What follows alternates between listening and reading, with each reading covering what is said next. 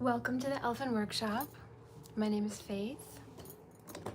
This is the fairest realm, and I am trying something totally new today, going live. So I am just here hanging out in my workshop, and the thought just occurred to me that you might want to hang out while I'm here doing what I'm doing. So this is not going to be instructional in any way, but I will be sharing what I'm working on. And if you have questions, I will hopefully learn how to interact here, because this is the first time I'm doing this. So I'm in the leap, I'm in the void, and you're here with me. So let's go. I have these overalls here that I have had for years. They were first this like cream bone color, and then I added some ice dye, which I do love, but it's still a lot of blank space. And to be honest, I never wore them. So they've been in my pile for a while. Pile of things to give some love to, so that I can wear them. So I've been in a phase of working on denim and going into the color blue, and this has been a very alchemical process. And I thought I would be done with this denim collection a long time ago, actually. But what I've come to realize is, like any good creative project, it's creating you while you're creating it. And here I thought I had a handle on this denim collection. But meanwhile, it has a mind of its own. It has a life of its own. And all I can do is surrender and honor that and be a good steward, a good custodian of the magic and the inspiration, but not rush the process. So I've taken off the deadlines and the time restrictions, and I'm just letting myself play. And I have a whole bunch of pieces that I've been waiting to work on, and they're all blue or denim in that realm. So I've been in deep with the mystical color of blue, the celestial blue. And it's interesting because I recently clocked the deeper reason that I've been going so deep into the blue and the denim. And it is because I'm in the process of healing my genes, my bloodline, my lineage, my ancestors, my heritage. And this has taken many forms, this healing process. For instance, I recently got to spend some time with my dad in an unexpected way, and we had a lot of quality time, and we're able to, I think, move the needle for both of us in our healing journey as father and daughter, playing these archetypes with and for each other in this game of life. The goal is to come into wholeness and a divine union of sort where we can both see each other and recognize each other for all the strengths and gifts that we have between father and daughter. But in this process of healing with my dad, I realized I've been going deep into my genes, the DNA. So no wonder this denim collection has been taking her sweet time, because this creative process has literally been taking me into my genes. So if you're just joining here, my name is Faith, and I am a stitch witch and a fairy, and I do all kinds of upcycling projects. So I thought I would just start going live when I'm here in the studio doing what I'm doing, just clowning around. And if you want to hang out, we can hang out. I'll show you what I'm working on. This is not going to be like instructional videos, but just more the process. And you can be on the journey with me as I figure it out as I go, because I do not have a master plan, that's for sure. But I do have a lot of fun. And recently I've been feeling really, really grateful that I have this time and space to create. I have this room, this space that I call my Elfin Workshop, and I've got piles of fabrics that I've collected, and I've got great thrift stores in my area, and I just feel so lucky and blessed and abundant in so many ways. And why not share that here so that you can live vicariously? Maybe you're into upcycling, maybe you're not. You know, all that I really have to offer, honestly, is my presence. Just me being here in this space instead of being here in an isolated way. I'm deciding to just, you know, remove that fourth wall and broadcast this beacon of the fairy energy and the creativity and the fun, because I'm finally at a point in my life where I've anchored in that reality for myself, and it took a while. It has been a journey just to get here. So now I'm happy to share it and just hang out and share this vibration if it resonates. It's not for everyone, but yes, here I am. And I'm just learning how to do this. Okay, this is my first live, so I hope that, oh, hi. Okay, I was wondering how am I gonna see the comments, and I see they're just appearing here on the screen. So hi Bala, hi Folk Cat, hi I don't know how to say it, Gargig Hattie, 5048. Hi friends, hi fellow unicorns. If you're here, you must be really special, because what are the odds that we would meet in this time and space? I mean, the goddess really does move through the algorithm, that is for sure. Okay, so I was just saying that I have these overalls here, these linen overalls. They're super cute. They're linen, and they were just this bone color, and then I ice dyed them. And, you know, that was step one, but I still found that I wasn't really wearing them. So I want to make them even more special. They're also a little small for me, so I want to add some fabric to the side, make them more wide leg. I want to add some patches and maybe do some like paint splatters at the end. Just really like rough them up and make them super tactile and textured and full of detail and dimensionality. Because, you know, we have to have clothes that are as unique as we are. You know, life is short. We have to have fun and express who we are from the inside to the outside. So I think the first thing, and by the way, I may go quiet as part of this process. I don't know. Sometimes it's difficult for me to use the language center of my brain while I'm also in a flow state, or if I'm trying to like make a creative decision. So yeah, I mean, sometimes I may be chatting and sometimes I may just be letting you watch me work, and hopefully that's fun too. Maybe it will be very relaxing and meditative, but if you have any questions, just chime in. So the first thing I'm gonna do is, here, let me see if I can show you. I'm just gonna cut down the side to open these up, because I'm gonna be adding in fabric anyway for more width. So I have to cut them open, and then when they're open, they will be easier to work on to add all my patches, and I can like really get in there. Because, you know, it's really hard to sew inside of a pant leg when it's closed. Okay, so, oh, and also this is Mako. He's my little rainbow unicorn puppy boy, and he's a very good company in the Elfin Workshop. And he's also, you know, he has a lot of energy, so you will definitely hear him in the background. But you're being a good boy right now.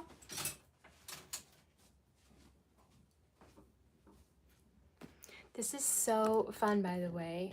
It's like very surreal that we're all here together. And I can't see you, but you're right there. And I feel like you're right here. Okay. So I'm gonna cut right behind the side seam, like an inch back. And just go all the way up the side. Okay, let's go.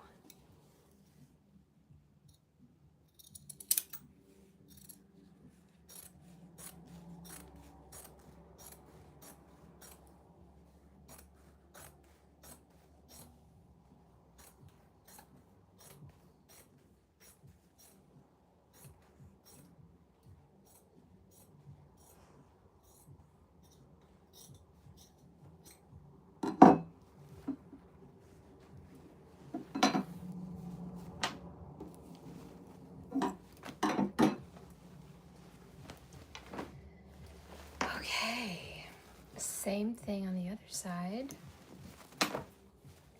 I probably should have ironed these first, but when they are open, I'm gonna really be able to give them a good iron because they'll be flat.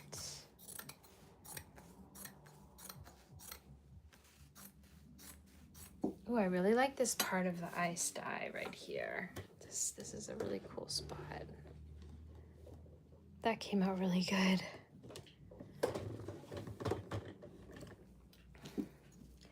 It's funny how when you work on garments, you know, and you're up close and personal with them, you see things in a new way, or you appreciate the garment in a deeper way. Like I had never spent time just looking at that spot of the ice dye. Yeah, and I mean, oh, it's so beautiful.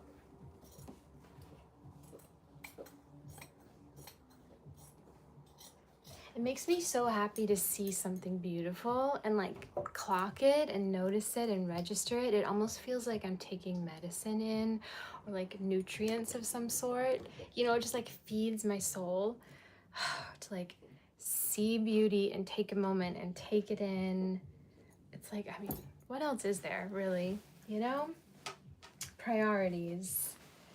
Okay, so now these are open.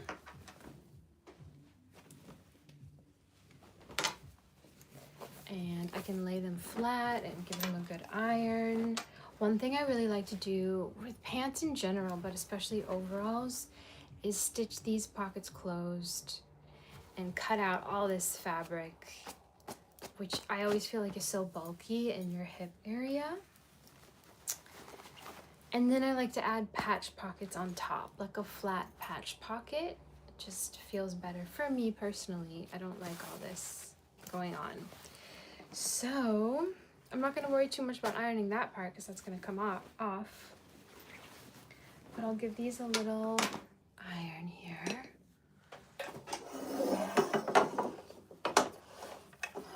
I have my little celestial ironing board that I found at the thrift store for $2. Oh, you said, what am I making? I'm making a pair of overalls.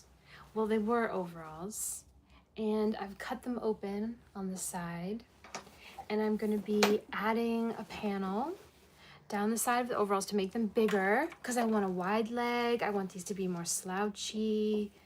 They are a little tight on me right now. Girl, I do not like tight clothes, okay? That is one thing about me and probably all fairies, is like we have sensory issues. That just means we're extra sensitive. And, you know, having anything like tight or itchy or scratchy or restricting, oh gosh, no. It just takes up too much mental space to have those kind of sensations. So I like everything to be soft and loose, you know, so I think like baggier is better, more comfortable. And, you know, broken in and sort of just stressed is always more comfortable. I basically just really want to move in my clothes and be able to do anything and not feel like, oh, I have to change out of these clothes and go put on like workout clothes in order to move. I just want to move all day long, like have a little dance break, or, you know, if I'm like leaning down for something or lifting something, I just never want to feel restricted. I want to feel free. I want to feel comfortable. And I don't think that's too much to ask for. So, you know, we find our ways to have these creature comforts. Because honestly, those of us that are here on a big mission, you know, to broadcast a beacon of magic and healing, broadcast that unicorn signal, we are very sensitive. And this comes along with having these sensory issues, as people call them, but they're not issues. They're literally a superpower. And we just have to know this about ourselves. We have to know that we're sensitive. We have to take extra good care of our bodies and, you know, find what works for us. And for me, what works is natural fibers. So like cottons and linens or rayon, or silk, wool. And that just makes me feel like I can breathe, you know, when it's like a synthetic or a polyester, even if it's a really cute garment, it's like a feeling I have that like my skin can't breathe as well.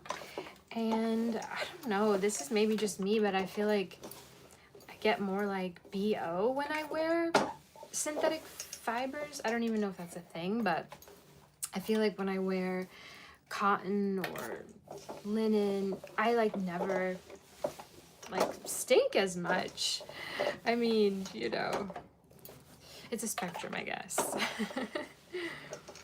But I'm curious if you find the same in your world.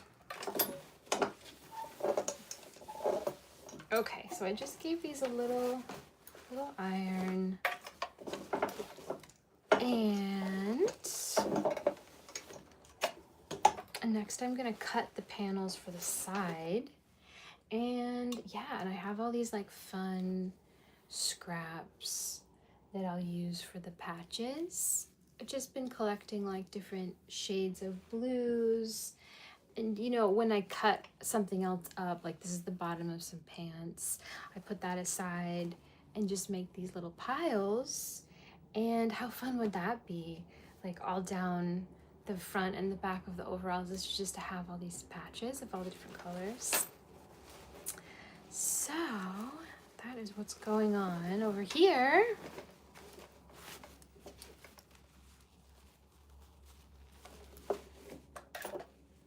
And then after I sew on the patches and the side panel, I'll probably wash them. Washing and drying is a big part of my process because that will get everything to like fray really nicely.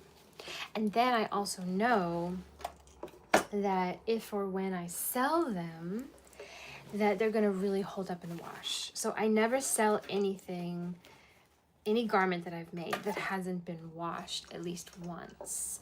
So that way I know how it's gonna respond. And I often give it a pretty big haircut after that first wash, because that's when like most of the fraying is gonna occur. And then from there on, it will never be as extreme after the first wash. So I like to check the fraying, and I like a lot of fraying, but I still end up trimming off a lot. Because when it first comes out of the washing machine, I mean, in the dryer, oh my gosh, just you wait. I actually have a piece in the dryer right now that I finished this morning. And I can, when it's done, I'll run down and get it.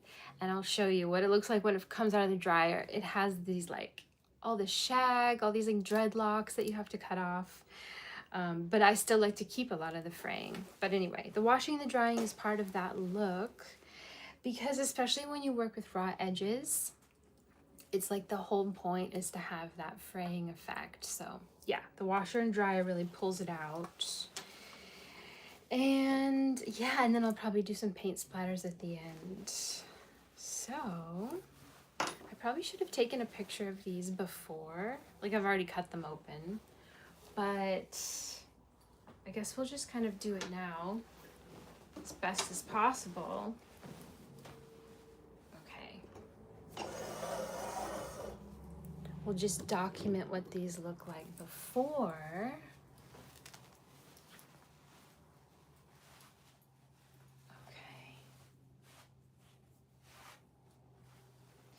And then the back.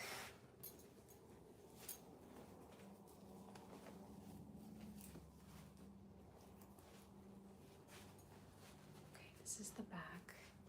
And actually these overalls are super cute. The reason I bought them is because they had this really cool thing in the back with a ring. And I don't know, I feel like this is a really good idea for upcycling as well, is to like, I don't know, because imagine you could find a pair of pants, right? Like literally just pants. And then you could add like a triangle with this ring and do some kind of like, imagine doing like 2 of those. And you could have like a little jumpsuit. But you know, there's a lot you can do with a ring, with just like a piece of fabric, folding it over, stitching it with the ring. you know? So the back of overalls, or like the front of a dress or a jumpsuit or a top. I don't know, super cute. I love the little details. Yeah, the pattern is so pretty. I do love it. It's very subtle. And I think it's gonna look really good with the patchworking over it, because then it'll become even more interesting with like all the surface detail. I don't really want to cover the print, so I'll probably try to put the patches on like where there's a blank area, you know? So we get the best of both worlds. Yes. Okay. So I think for this side panel, I'm gonna use this. This is like a cotton linen. I don't know, it's vintage fabric, so I don't know exactly what it is, but it does feel like a linen. And I've used this on the side of overalls before, actually, and it came out really well. I'll show you.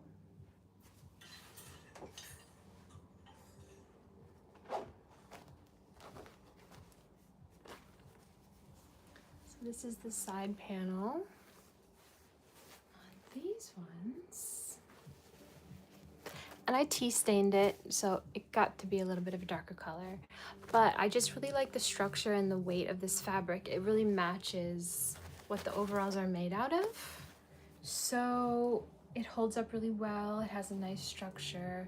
And I really like the pattern, like this grid pattern, the way it interacts with the rest of the overalls. I think it brings in like a contrast or a structure, like a nice juxtaposition of the really soft pattern or colors within this like strong check pattern. So yeah, these are some other overalls I made, and I'm going to be doing something similar with these overalls by adding the patches and the patch pockets. See, these had originally a pocket here that I closed up because that way there's no bulk on the inside of the overalls.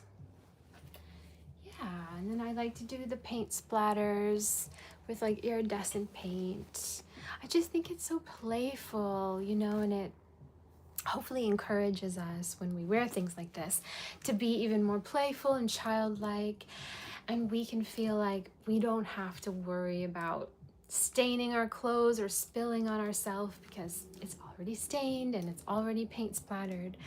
So I can't tell you how many times I've been wearing, you know, a piece like this, or even like this, you know, and it has all the different gradations of color. And I'll spill something on myself, you know, I'll spill a whole coffee on myself, and you can barely notice, or it just becomes part of the artwork. And that's a really good feeling, honestly.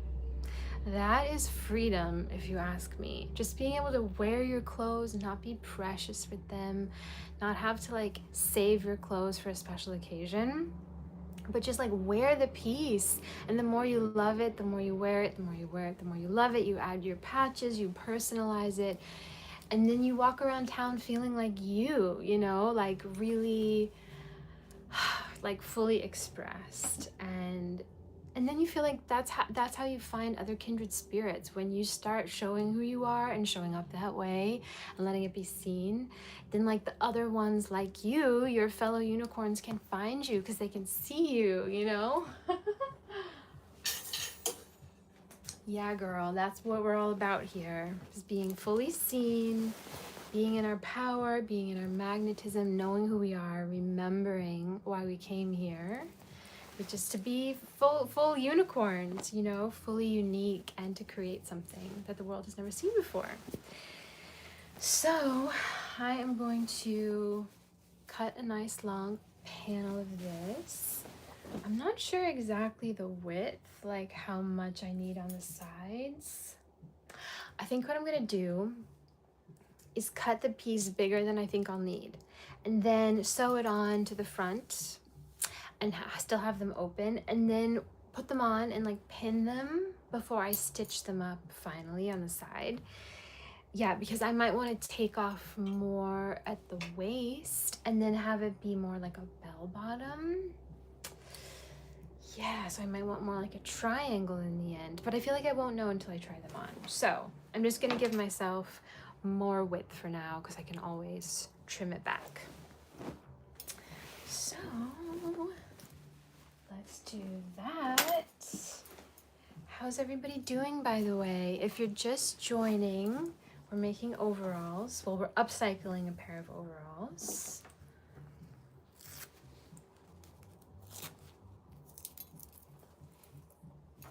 Okay, so I'm just gonna cut this fabric straight down the side, and I'm gonna give myself, I don't know, about this much.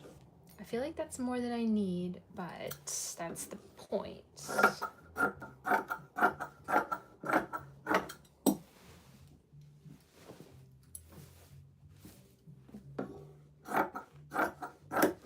Cutting a check like this is really fun because the lines are already there for you. So you can just follow the line. You don't even have to mark it. Okay, let's see how much height I need. I'm just gonna take the side of the pants and compare it here. Oh, I need quite a bit actually. Okay, but I'm almost there. Just a little more length.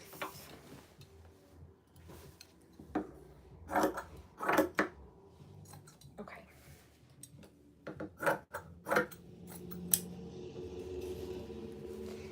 And then just cut one more of those for the other side.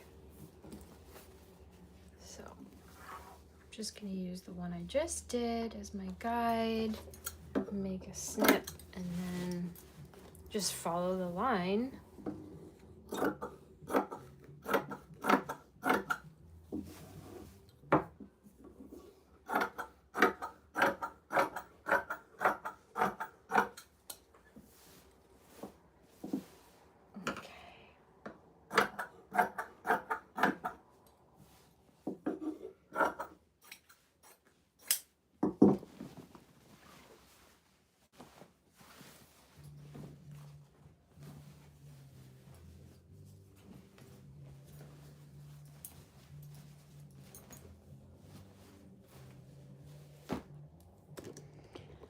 Okay, so now I have these two pieces for the side panel. And now I'm gonna sit at the sewing machine and I'm gonna do a couple things. I'm going to close out these hip pockets. I'm gonna do a zigzag stitch right on top. And then after I stitch it down, I'll cut this fabric away. And then while I'm at the sewing machine, I'm also going to sew on a side panel right down the side to the front of the overalls. And I'm gonna do all raw edges. So I'm gonna do like wrong sides together and stitch on the outside all the way down. And then after I do that, to join it, I like to then press it and then actually zigzag the seam flat in the front. That feels really nice, and it also like really strengthens that seam. So yeah, let's go hang out at the sewing machine for a little bit.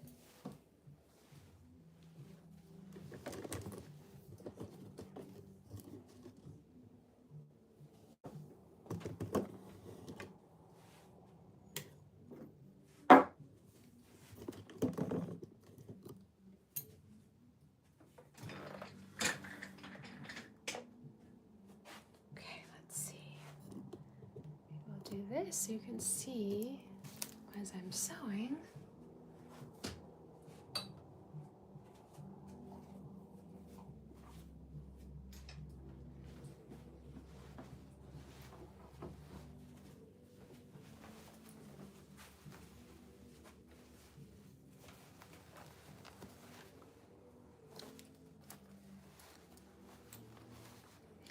Okay.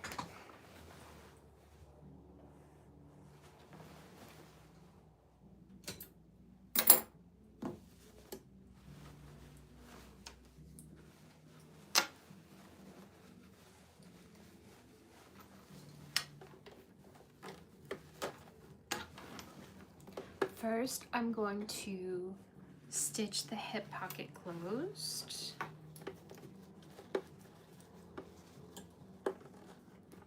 Oh, this is going to be so satisfying to close this off and cut off this fabric, because it's one of the reasons I never wore these overalls, is because there was all that bulk in the hip area.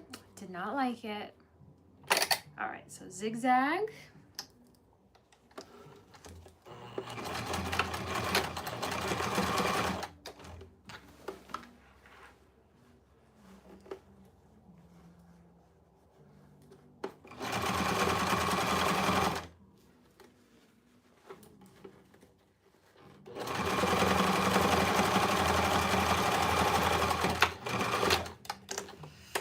Oh yeah, that's so good. Okay, other side. Getting this pocket closed off.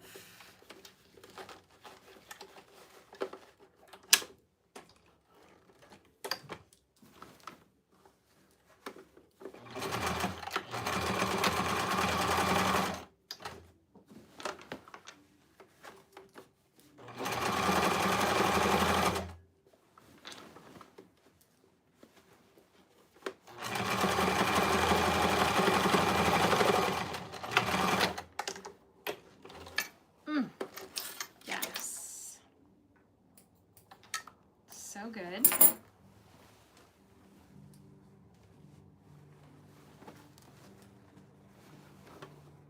Okay, now I'm going to stitch on one panel here to the side.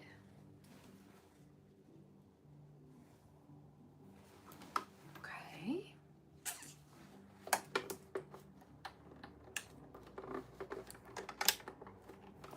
I'm going to do a straight stitch.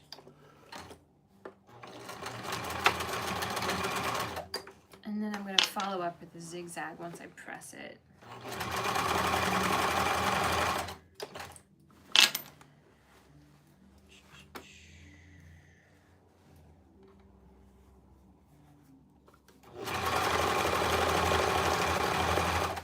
Oh yeah, you probably are noticing I'm not pinning anything. I'm not big on pinning if I'm doing straight seams, because I just pause and like adjust and like get myself ready to sew a straight seam. But if I'm doing something like fitted, or where a certain amount of fabric has to fit onto a certain piece, I will pin that. Or if it's curved, or if it's a bunch of patches that I'm laying out so I can sew everything at once, I'll pin. But you know, if I can get away without pinning, I don't pin. Because it's just, you know, one more thing to do.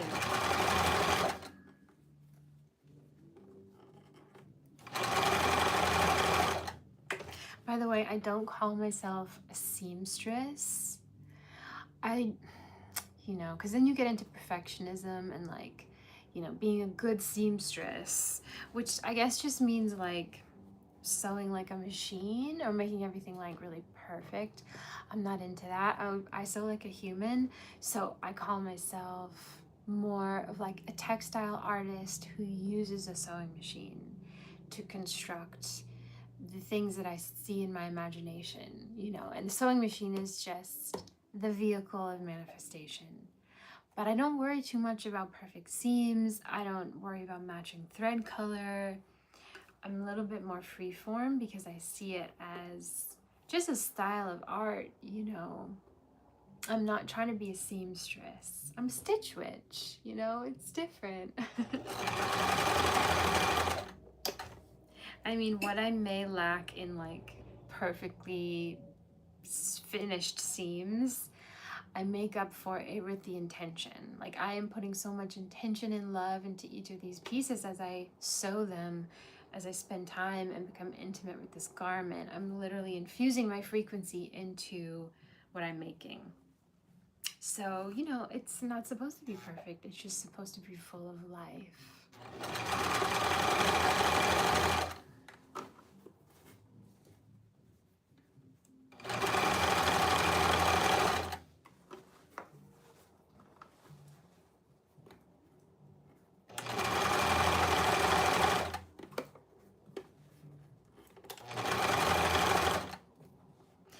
hope if you are like an aspiring seamstress or just getting into sewing, I hope that this encourages you, because if we set out to try and be good at sewing, like that's a very, you know, a lofty ideal, because it just takes many, many years to be good at sewing, and we're never going to be that instantaneously. But in the meantime, I hope you have a lot of fun and take the pressure off and just try things, you know, and think of yourself as just well, not just an artist, because that's everything, to be the artist and to simply use the sewing machine as a way to play, you know.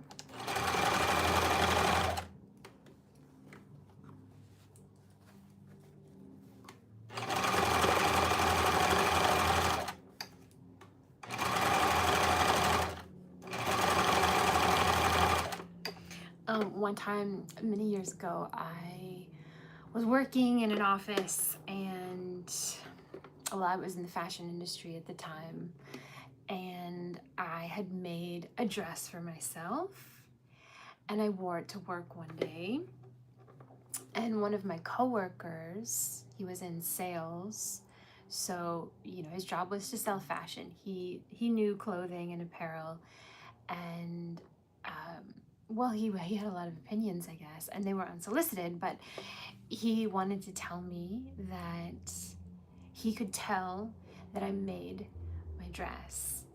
And like he made a point to tell me, like, oh, I can tell you made that. And it's interesting because he didn't mean it as a compliment, but it's not an insult either.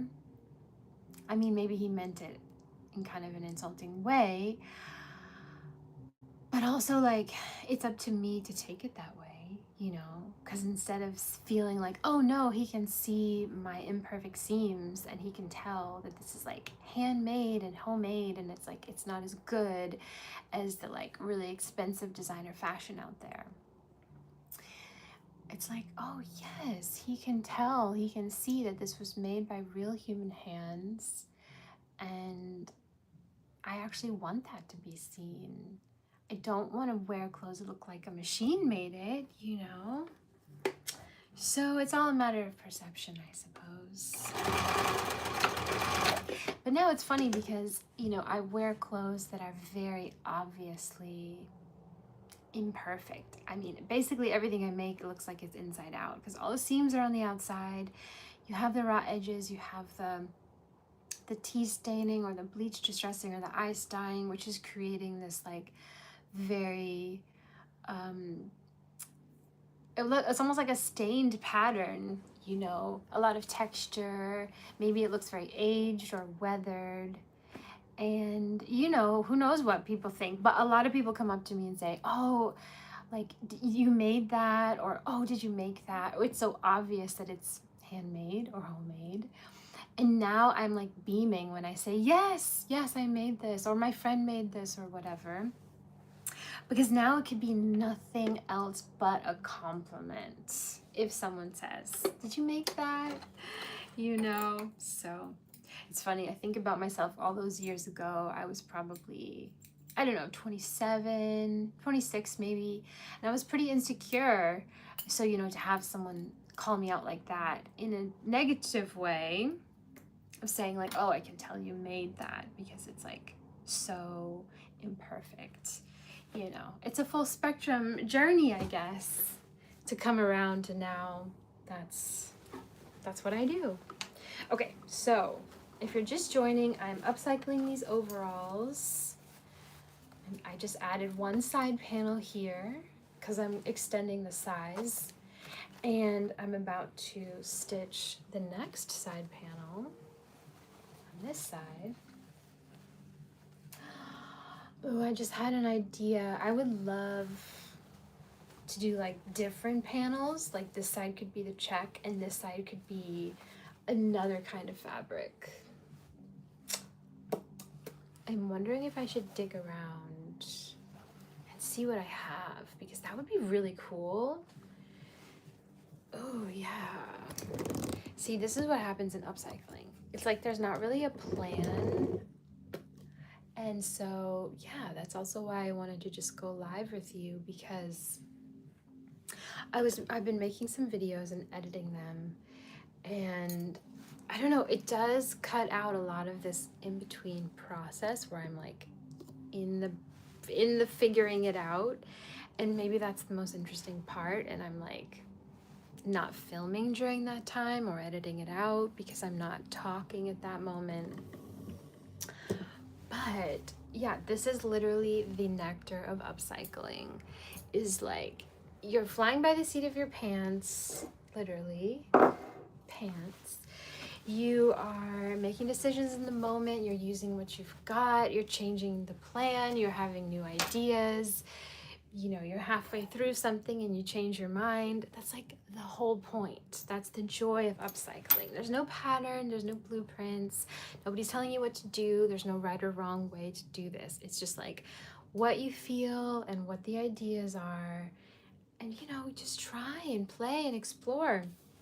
Okay, so since I love that look of being very like mismatched, or you know, my partner calls it Raggedy Ann, and I think I know what that means. There's like I think there's like a character or a doll who's like, she has like yarn hair and she's like, she has button eyes and she's like just very patchworked, I think. I don't know. Tell me if I'm wrong if you know Raggedy Ann. But that's the image in my mind, at least, is like everything's like frayed and ripped and very lived in. So with that in mind, you know, and these are going to be all patchworked, right? With all of these different patterns and textures, just scraps I've been saving. So yeah, instead of doing both sides in the same fabric, I think I'm going to find another fabric for this side. So you'll have to just give me a minute here because I'm gonna have to dig for something. Let's see what I can come up with. Wait, is it this?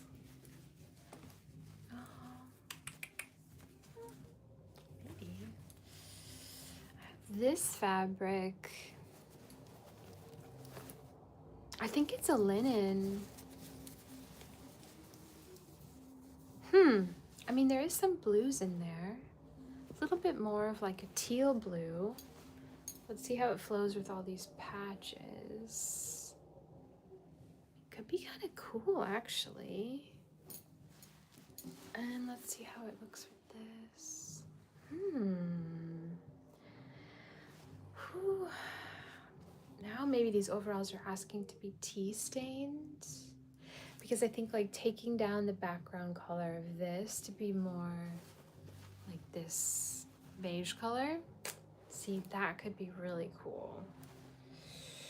Okay, so this is an option. This is a contender. It's a little, well, I don't know. It's a wild card. It's a wild card. What do you think? Oh, hello. Okay, I don't know if I'm saying your name right.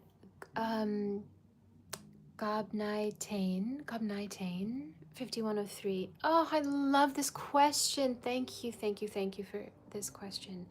How can I get the confidence to show myself? Ooh, Selah for this question.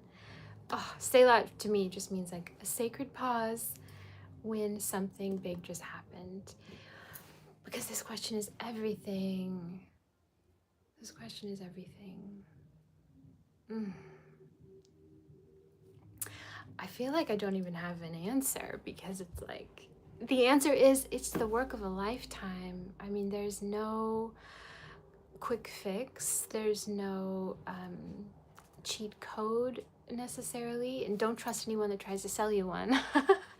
Because it really had like, to be sovereign and embodied in your confidence and to really know who you are, it just takes time and experience. And oh man, it is literally the hardest thing we ever do. And it's the most important thing and the most valuable thing we ever do. So never stop reaching towards yourself. because you will reach a point where you've fully returned to yourself, you've come home to yourself, you feel good in your body, you've remembered who you are, and you will celebrate yourself so hard and say, look at me, I never stopped. I never stopped reaching out to myself. I will say the journey towards really becoming confident in who you are, it does seem to require letting go of certain people in your life that are maybe really, really hard to let go of. Maybe that's not the case for everyone, but it certainly was for me on my journey. And what I realized through that process of the grieving was how much codependency I had been in with these individuals in my life. There was a lot of love between us, nothing wrong with that, but what I was doing is I was outsourcing my sense of self-worth to whoever that person was. Whether that's like a sibling, a best friend, someone you're in a romantic relationship with, or all of the above. So somehow the journey towards being fully confident in yourself, in your knowing, trusting yourself, being so comfortable in your own energy, being your own best company, being your own best friend, it does seem to require letting go. And that can be really painful. But man, on the other side, it's like you really know who you are, because then it's not defined by anyone else. It can't be taken away by anybody else. It's not attached or connected to anyone else. It's just you with you. And I see that for you. I'm holding that vision. And with that, taking the leap of showing yourself, just imagine you are sparking so many other people to do that for themselves, And I know you would do that for them. I know if someone told you, hey, you're going to help one person, 10 people, 100 people wake up to their own self, you're going to give them a permission slip to be fully themselves just by being fully yourself. You would do that. You would do that for them. You would do that to show them because you would want that for them. It's easier to want it for others than to even want it for ourselves. But it's both. We do it for ourselves and it ripples outward and encourages others and inspires others. Yes. Okay, friends, I'm going to keep digging in my pile of fabrics and see what another side panel candidate could be. Wish me luck.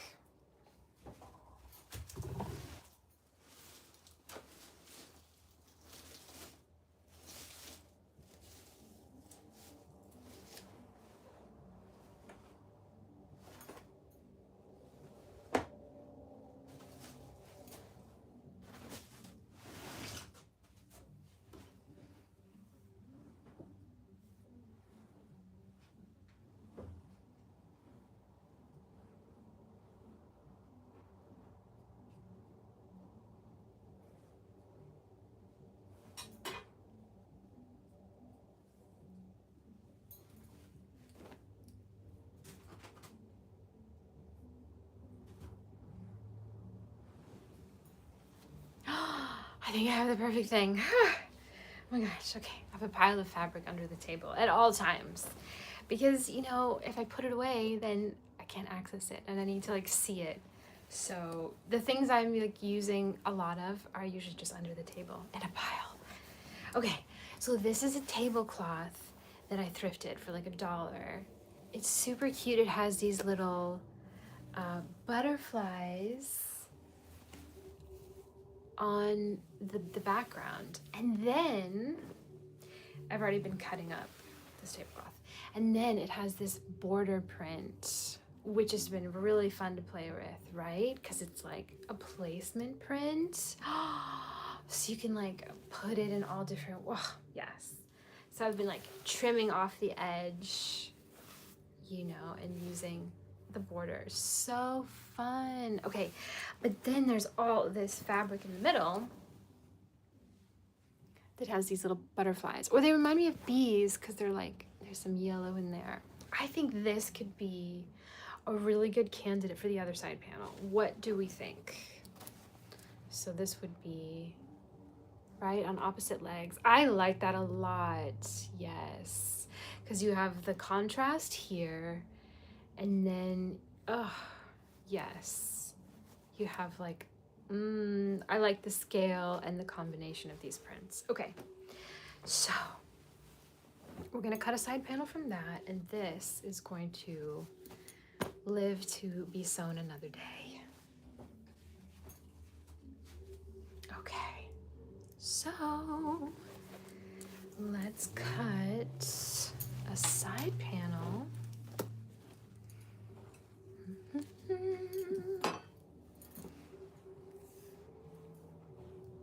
Okay.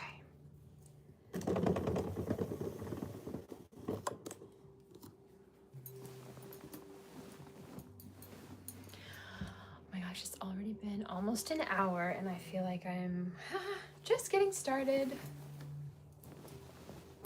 This is a lot of fabric. Tablecloths are so good, like for fabric, because you can thrift them for almost nothing, because people are like, oh, who wants an old tablecloth, you know, but it's fabric. It's like yards and yards of fabric.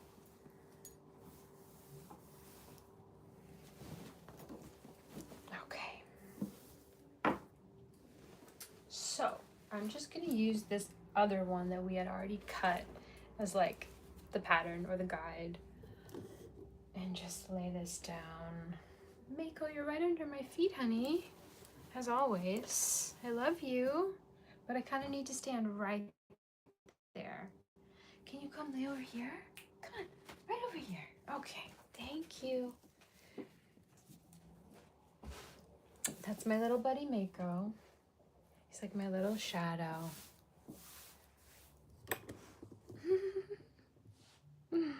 Mako. He's tired. Okay.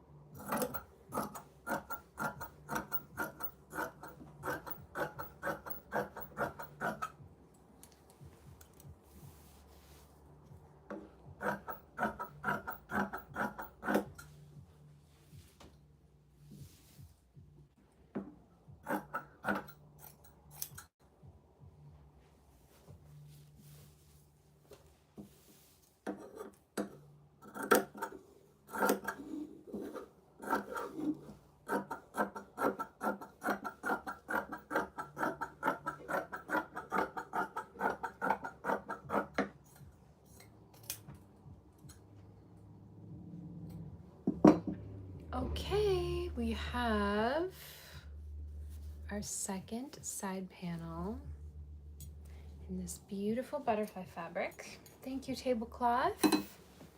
You are the gift that keeps on giving. Truly. Look at her. Such abundance. Oh. Okay. So, I'm about to sew on this side panel to these overalls. Let's go.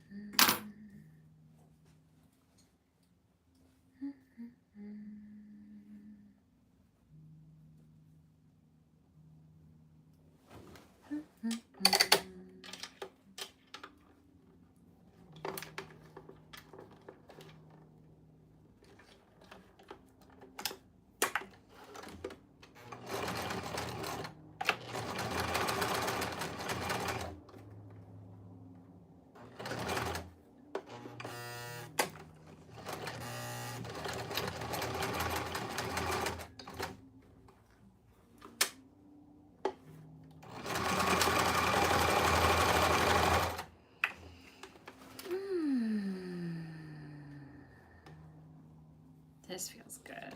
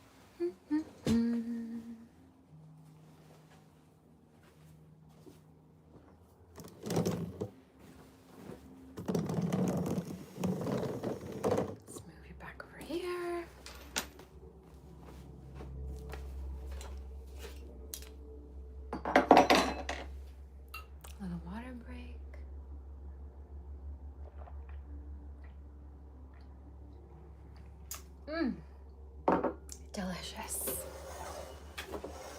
Okay. So I'm going to press these a little bit where I've sewn them. Oh yeah, that already looks so good.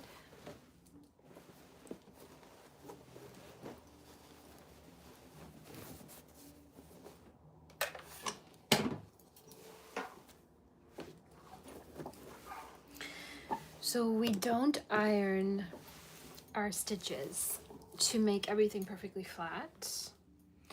That's not why we really do it. Because as you can tell, these are going to be frayed edges and I don't want them to be flat. So I'm not ironing it to make it perfectly pressed or to flatten it.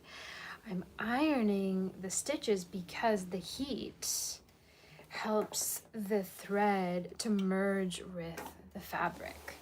So the thread that I've just sewn and punched into the fabric with a needle, right? I want that thread to fully merge and blend and fuse with the fabric, because then it's going to be a very strong seam. And because I'm using cotton thread and I'm sewing cotton, it can merge, right? Because it's like cotton finding cotton. And the heat And if you use a little steam, the heat and the moisture help to, yeah, merge the thread into the fabric and sort of make it one unit. And yeah, that just, it feels good in my brain to think about that alchemy of like fusing everything together. And then of course, once I wash these and they're super frayed, you know, there will be no ironing anything to be flat because it'll have so much dimension. So yeah, it could never be flat even if I wanted it to be flat. But I'm instead using the iron as like an alchemical tool to merge the materials.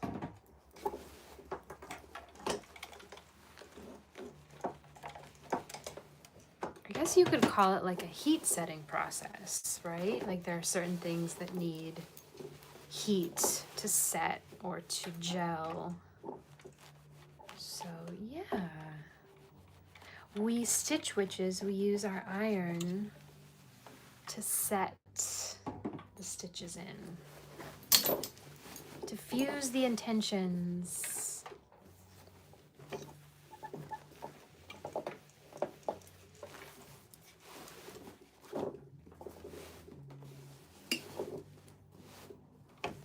There's just something about breaking up like a lot of fabric or a lot of one color with these patches, like breaking up a pant that's like all one thing, all one color or all the same print, breaking it up with like this panel down the side. Oh, it's just like such an easy way to really add a lot of interest, I think, because now you're adding a whole contrast panel, right? Like it was once just this, and hey, that's pretty cool too, but then you start to play with the patterns and combining the patterns and it just becomes a whole new thing. Okay, so let's cut out this extra fabric now that I have zigzagged that pocket closed.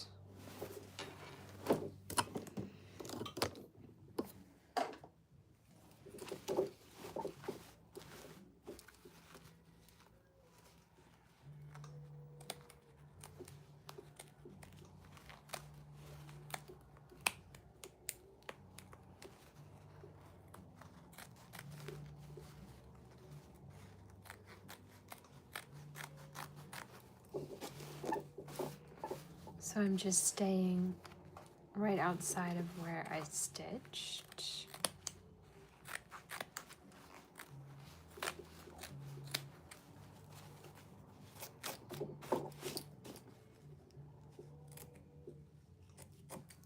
Yeah, pretty good. And then while I'm in here, I'll just kind of press this all down.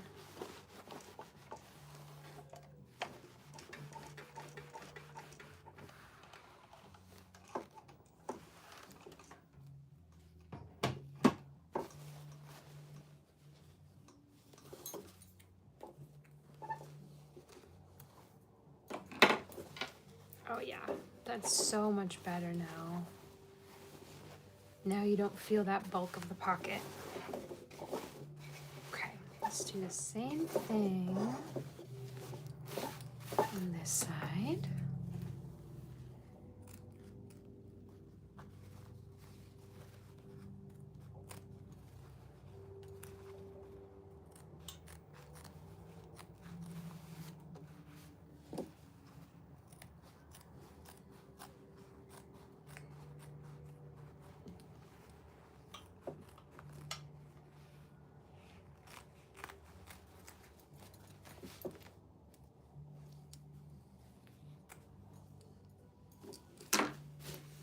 Oh yeah, there we go. So much better already.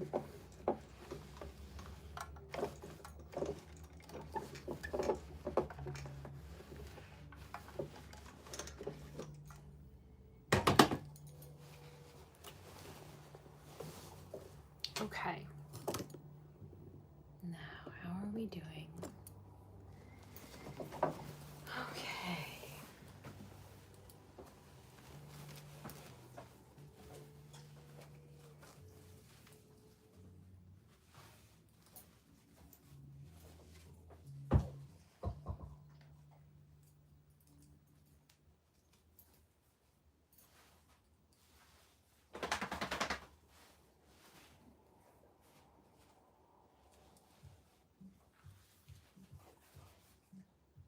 Okay.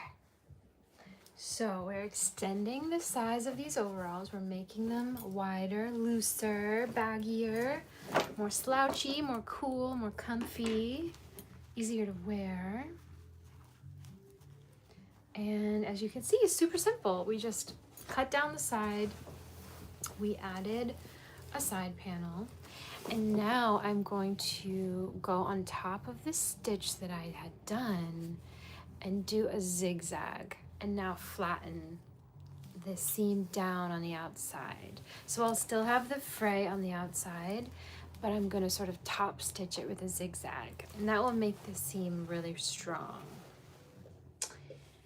Okay, let's see. I also know that I want to take off these back pockets. I think I want these to be a contrast. So yeah, I might as well just do that now. Let's see. Sometimes I use a seam ripper. Sometimes I use like just a little pair of scissors. Whatever gets the job done, you know? Yeah, I think a seam ripper.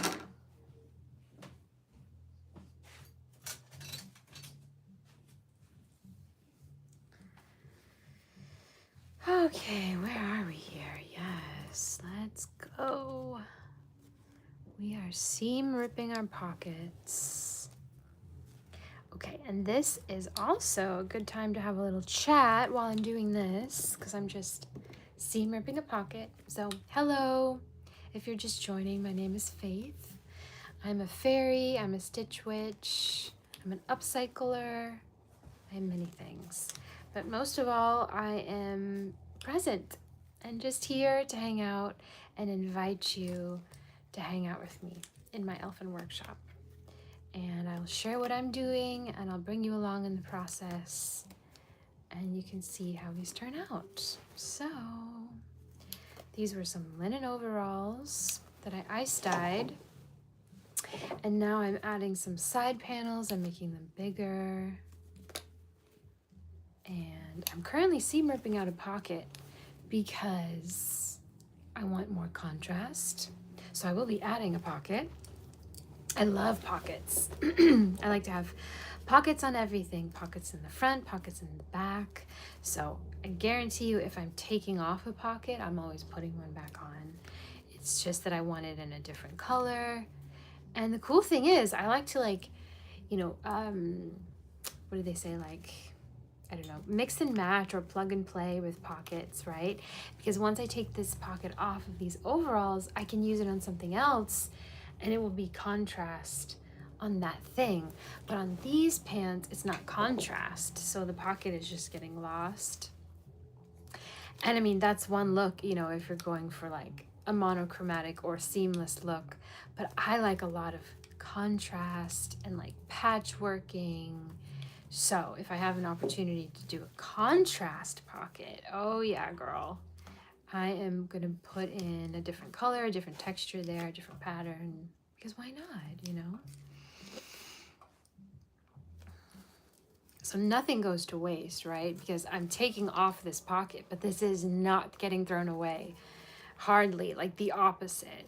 You know, this will get reused on something else and it will like be the perfect thing on something else. I'm just moving things around, really, is what I'm doing. Isn't that funny? I'm just like cutting up garments and then putting them back together in a different way. But there's a method to the madness. Okay, so one pocket down and I'll just set that aside. And then I have one more back pocket here that I'm taking off. So I'd love to get to know you. If you want to drop in the chat where you're tuning in from, or if you've ever sewn before, or if you have any questions. This is a good time to chat while I'm just doing a little fairy task, like seam ripping.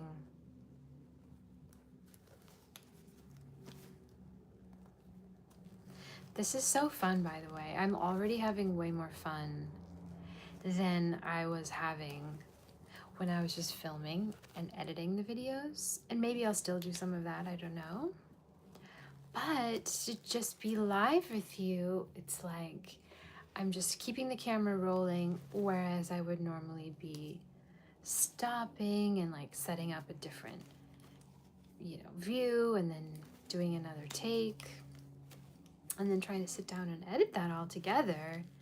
I mean, don't get me wrong, I have learned a lot through this process of starting to be on YouTube recently. It's given me so much appreciation for all the people that do this and share themselves through video, because it's not always easy.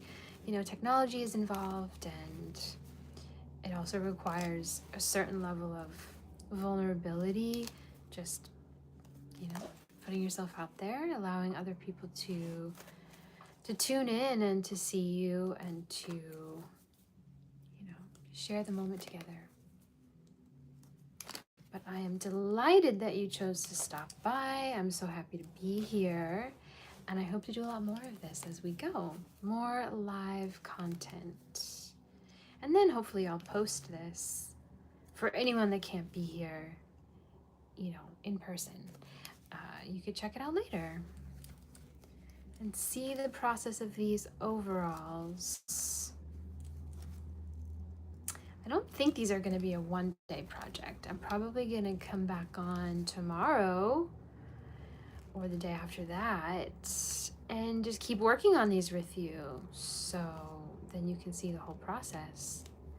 Sometimes it's hard to know how long something's going to take, honestly, because that's upcycling. Things change every moment. Okay, here's another pocket that I took off. And now I'm going to just stitch that zigzag that we talked about down on the outside and really anchor down that side seam.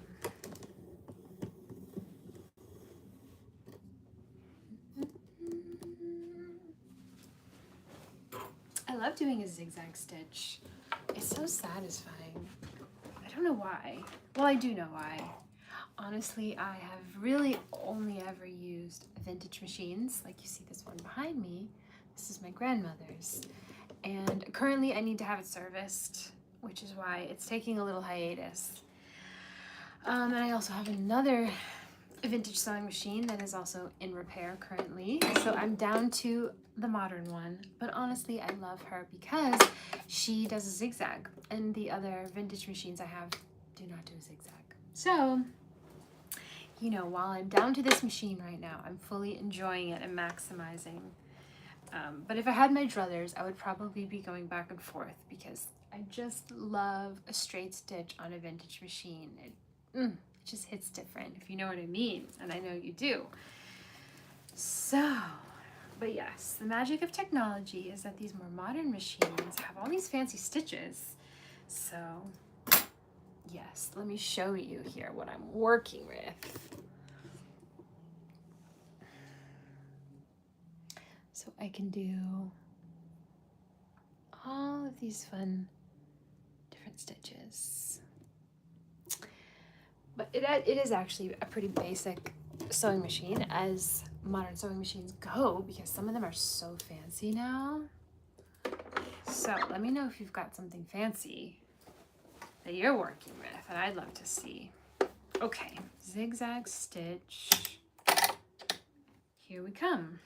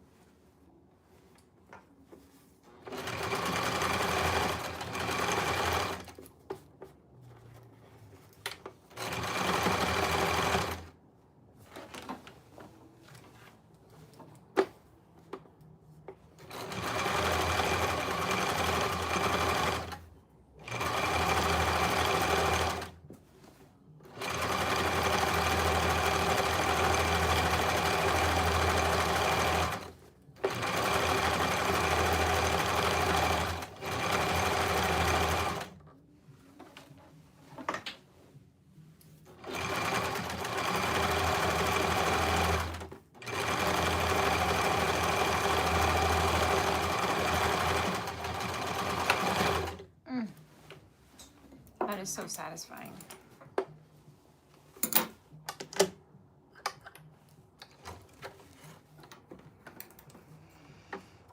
Okay, one done. One to go on this side.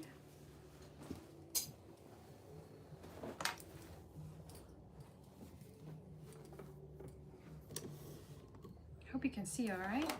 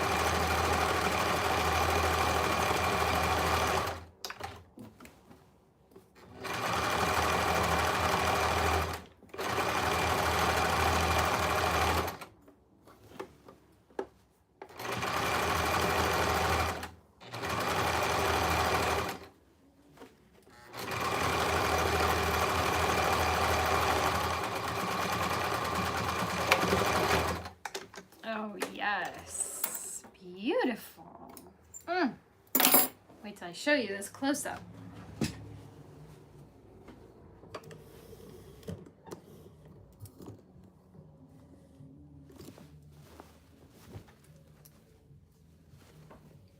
Okay. I don't know if you can see that because I am using blue thread. Not that I was trying to match the thread, that's just what I had in my machine.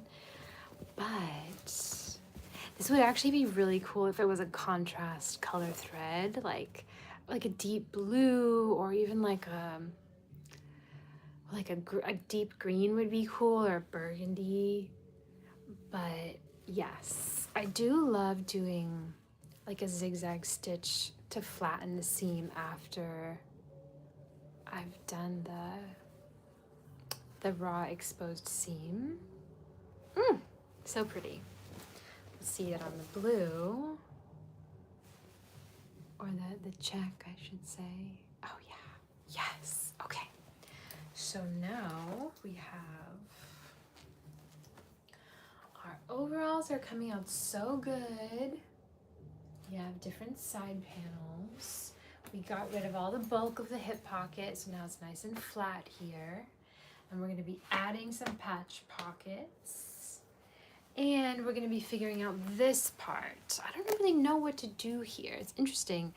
This is usually a pocket, right? Like a bib pocket. And this particular style like it has a, oh my God, it is a, oh, wait, I never even realized this. That's interesting. Dude, I always thought this was just a patch. Well, it shows you I never wore these overalls because they weren't quite right. They were never quite right. But we are making them so irresistible now that I'm gonna want to wear these all the time, but I'll probably sell them. But you know, it's a journey with every piece I make. I'm like, should I keep it? Should I sell it? Because I love it, you know. But okay, this is a very interesting discovery. And see, when I start upcycling clothes, I often learn the garment in a whole new way because I'm getting intimate with it. Like, I've had these overalls for years and years and years and never knew that these were pockets. Well, that's very cool. That's like a happy accident. Okay, but I am thinking that I would like some more like artwork here. So if I just add patches or applique, I'm going to be like sewing down the pocket, and I want to be able to still use the pocket. Yeah, that's a super cool pocket. And by the way, this is a really good inspiration, I think, for like, if you were to make a pair of overalls, you could do a pocket like this. Oh my gosh. It's really just kind of like a triangle of fabric. And then they stitched it down on like 3.5 sides, and then just here they left an opening. But that would be such an easy, cool way to do pocket. Usually you see these kind of pockets like down here at the hip, right? You see like a patch pocket where you go in from the side. But to have it up here on the bib, that's very cool. So what I'm thinking I might do, okay, is probably seam rip the pockets off, add the applique to the pockets, and then put the pockets back on, so that then I can have some artwork but still keep the functionality of the pockets, right? I could also use this patch as a pattern and cut the same kind of pocket in a different fabric and then sew that on. So keep the same design but have a different color or pattern. I like that idea. I like that idea. And maybe just on one side, like keep this one, do this one in contrast. I think that would be nice.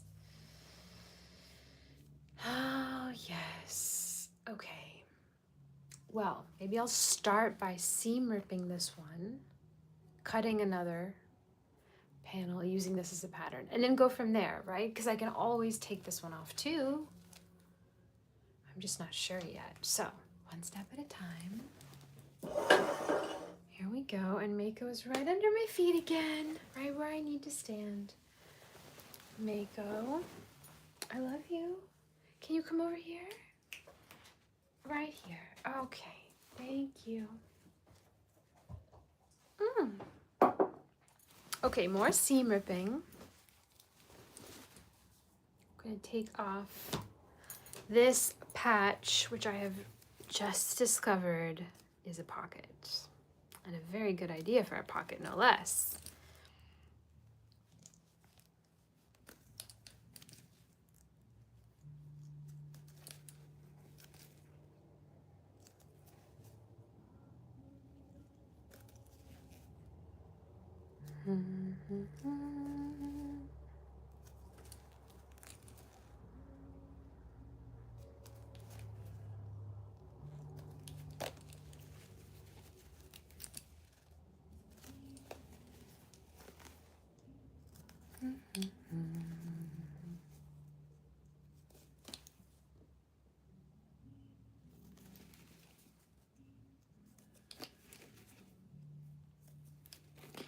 Oh my goodness, we're already at 85 minutes.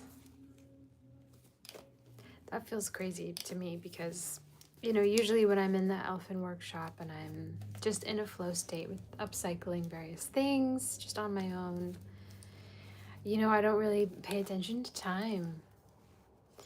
I mean, eventually I check in and say, oh, you know, 4 or 5 hours have passed.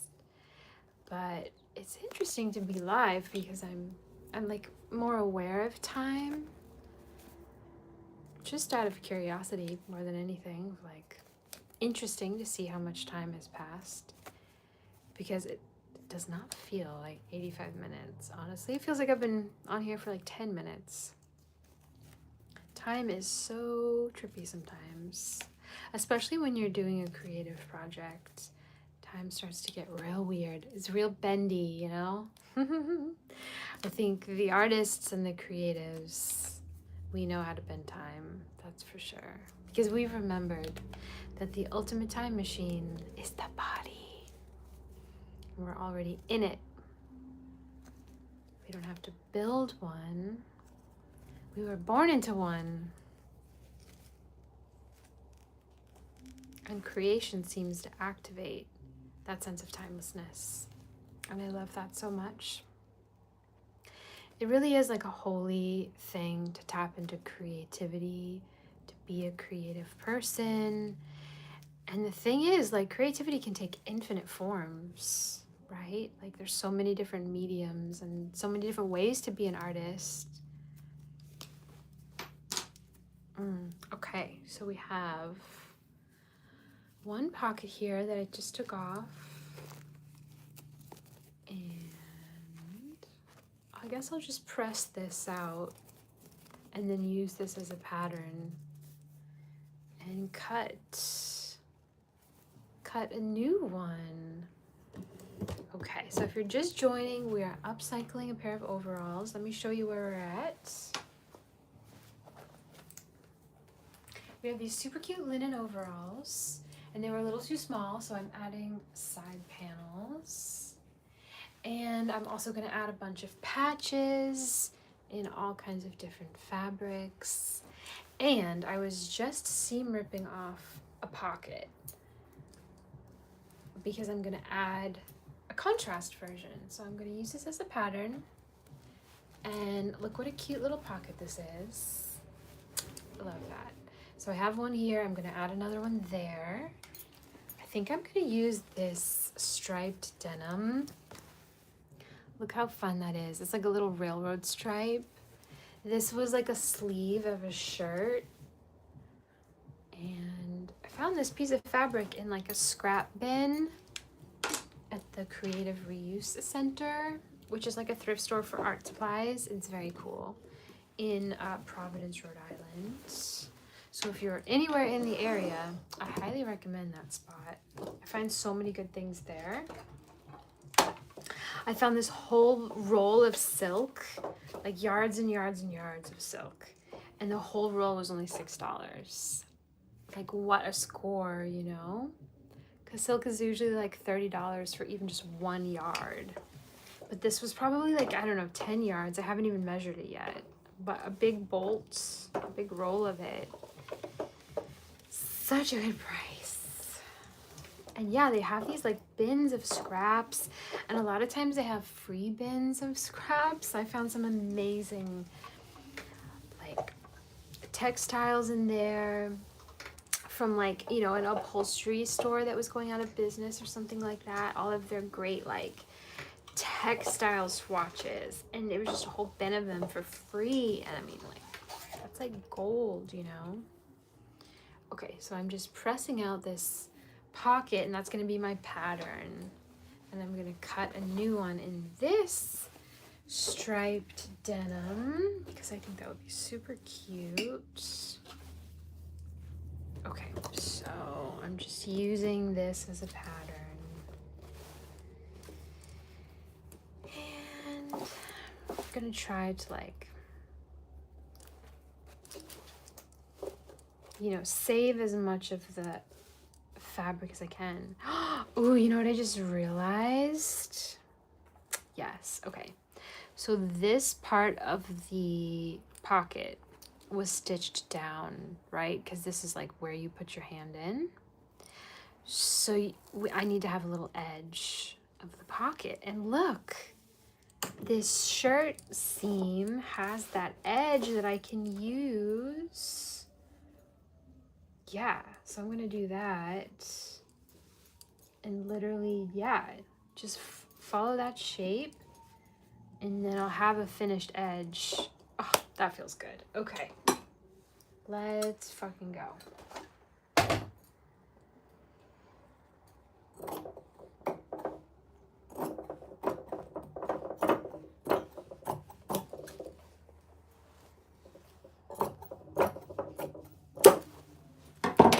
Yes, okay, look at that. So good. Okay, so this original pocket was folded down on 3 sides, right? And it was stitched. So I'm gonna just follow that just so I get to the same size and shape.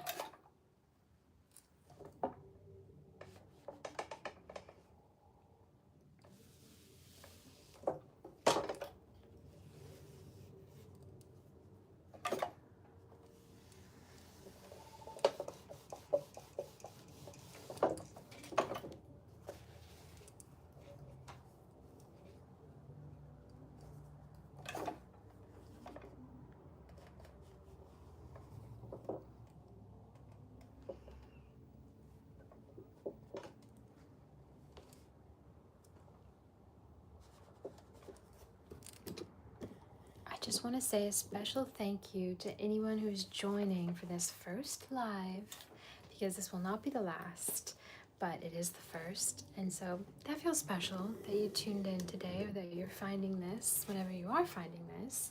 Thank you for being here. Thank you for witnessing my leap of faith into doing something I've never done before. It's a little scary, but I'm having so much fun. Okay, so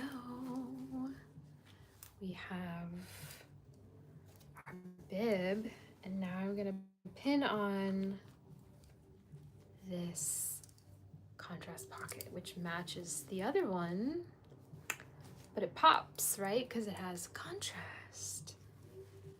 So what do you think? I wish you could tell me what you think. Should I do the same thing on this side?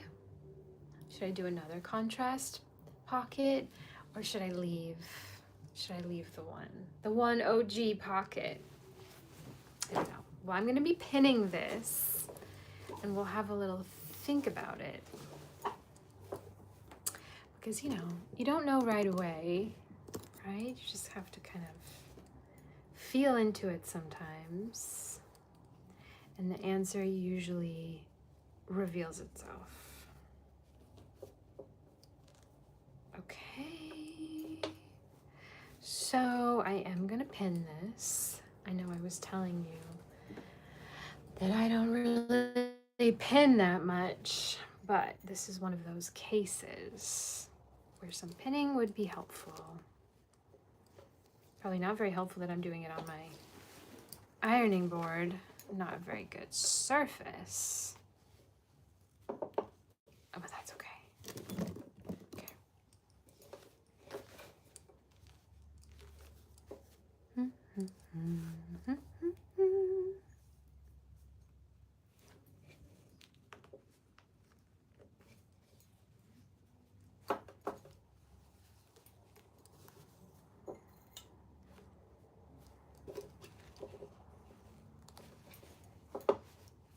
This is looking really good already. Oh, I'm wondering if I wanted to do any applique, but it's not a very big area, so maybe I'll just let the fabric be the thing. And I think that's all right. If this were a bigger real estate, I would probably want to add some applique,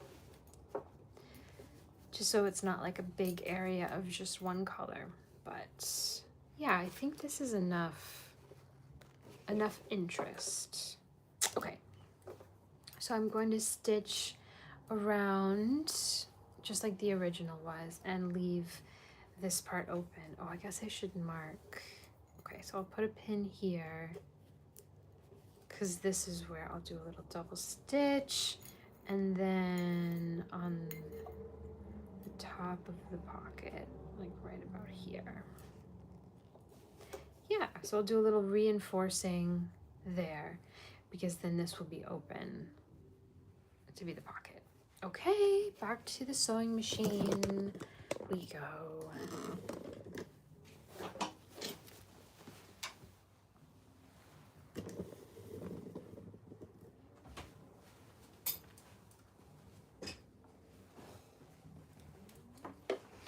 Let's bring you closer. You can see.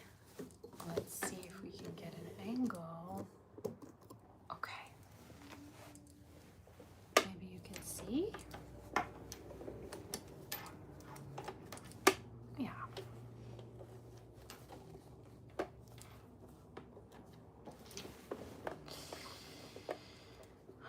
Okay.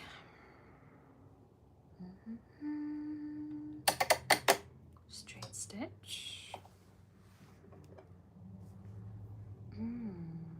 Ooh.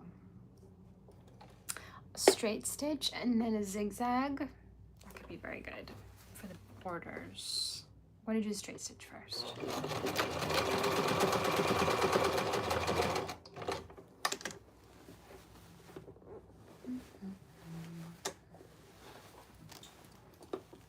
Oh, I need my bowl of pins. I always do this. just walk around with it. Okay.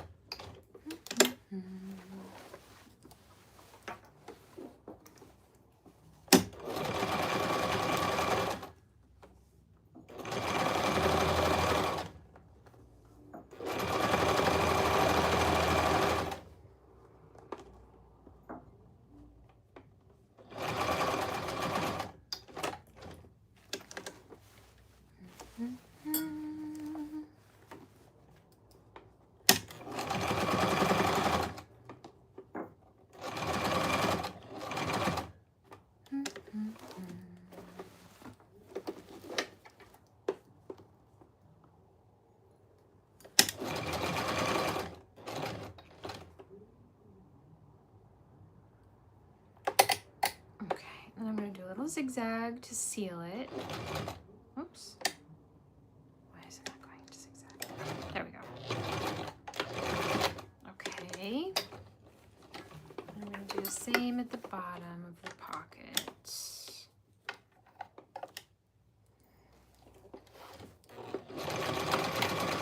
That's good. Nice reinforcing there. Okay, now I'm thinking of doing, yeah, a zigzag around. I'm gonna do it. I'm gonna do it. Might as well. I'm already here. I'm already in the zigzag stitch. I don't know if you can see this. Okay.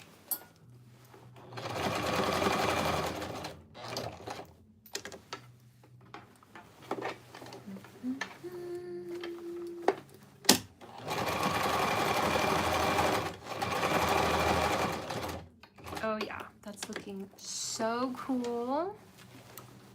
I love the effect of the zigzag. It's like its own pattern.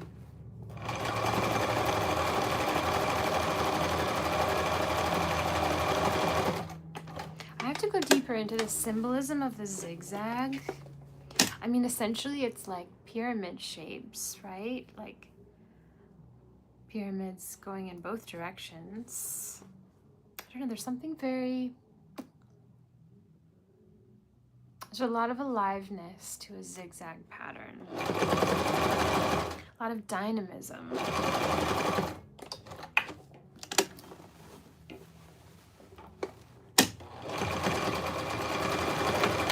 Okay, yes.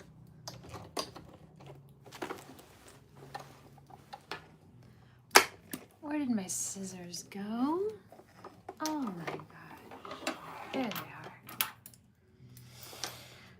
Okay. Oh yes, this is so cool. Get rid of some of these strings. Oh yes. That looks so cool.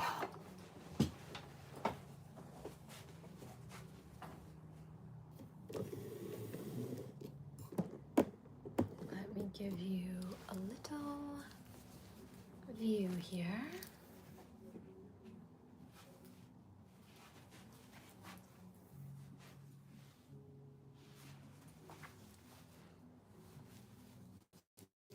So now we have pockets on the bib. Very cool, very cool. Okay, I think what I'm going to start doing next is pinning all my patches on. And then I'll know more, you know? We'll probably change our mind a bunch more times in the meantime. Okay, so let's set up here for our patches.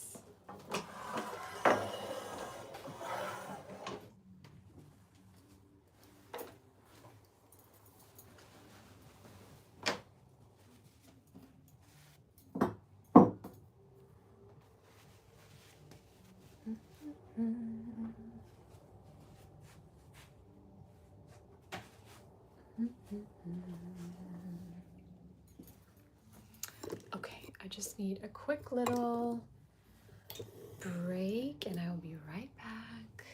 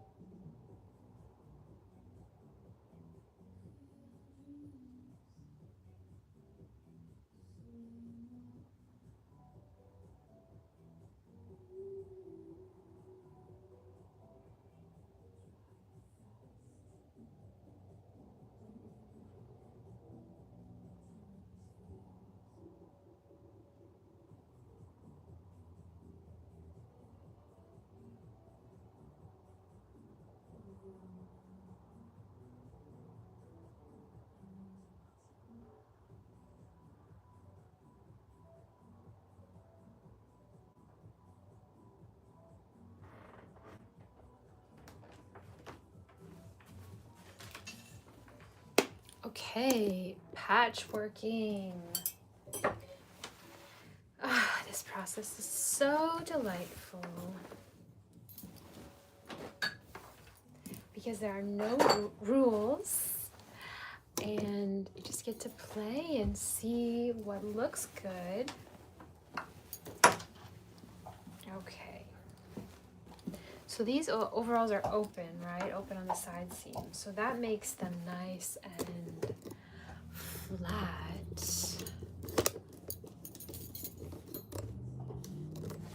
So I can lay them out and have like a nice flat surface to work on. Okay, because this leg is all open. Okay, so we'll work on this side first. What do we think? What do we think? Well, first let's think about pockets maybe. So this pocket came from another pair of pants, and I think that would be really cool as a patch pocket. Yes, I think it'd be kind of low, right? Something like right there. That could be really cool.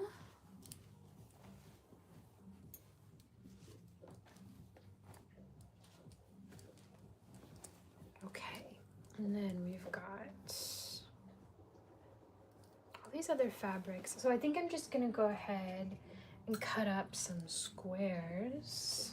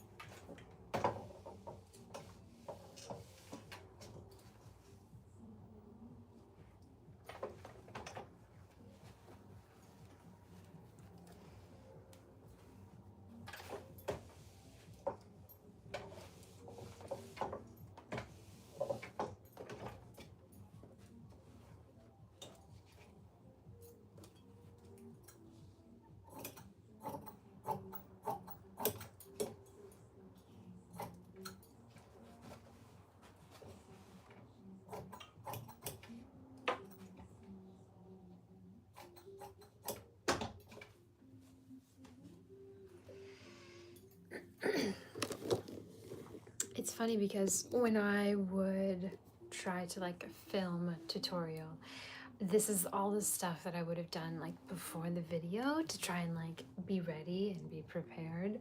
So I would have cut out all of these swatches already. You know, and the funny thing about being on live is like, hopefully the whole point is that you're just here hanging out with me while I do what I am gonna be doing anyway. But instead of doing it like behind the scenes or like off camera, I'm just doing it here and now with you. Because if I was just here in the Elfin Workshop by myself, this is how I would do it and this is what I would be doing. So yeah, hopefully it's fun to just hang out while I do this. But it's funny because I'm just noticing it's a different way of working, you know, just allowing someone to kind of shadow you through the process and, you know, not have it all like put together ahead of time. So I've just been cutting out all of these different swatches, and I mean, it's already just looking like such a fun, you know, layered vibe. So now the fun part is just deciding which patch goes where, what I want to use for pockets, how I want to do those patch pockets. So let's see. Maybe I'll just put these to the side for a moment and then start pinning. Okay.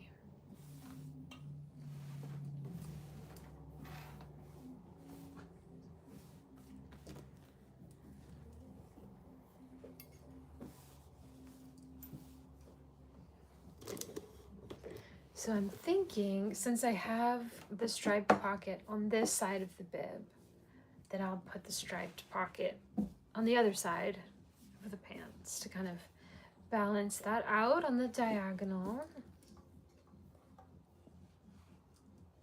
Okay, that means on this side, I need a pocket, which could maybe be this. That's fun, because then I have the stripes going this way and some stripes going the opposite way. This is one of those, I think they call it like kanta scarves. And I see these a lot at the thrift store.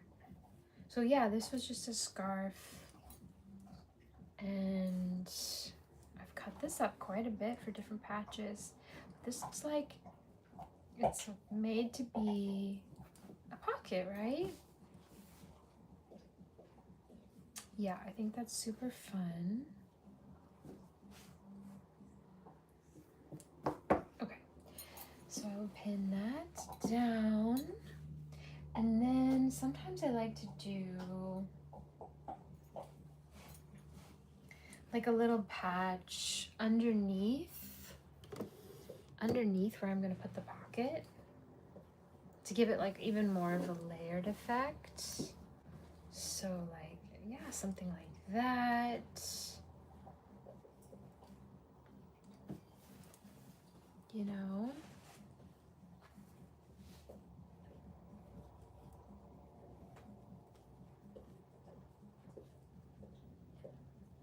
And I just play with like what looks good. You know, do I want it to be a straight patch? Do I want it to be at an angle?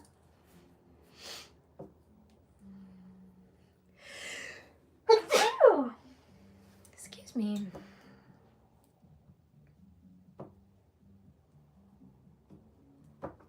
Yeah, something like that.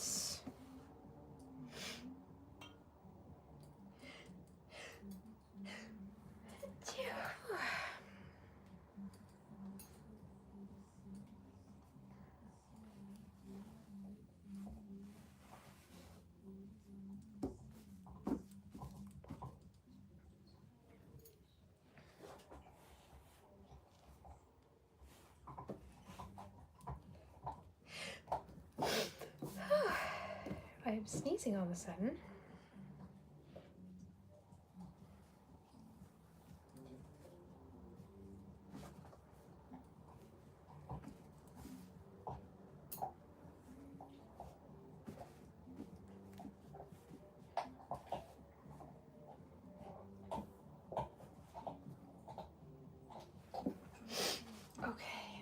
and moving down to the knees. It's nice to have like a knee patch.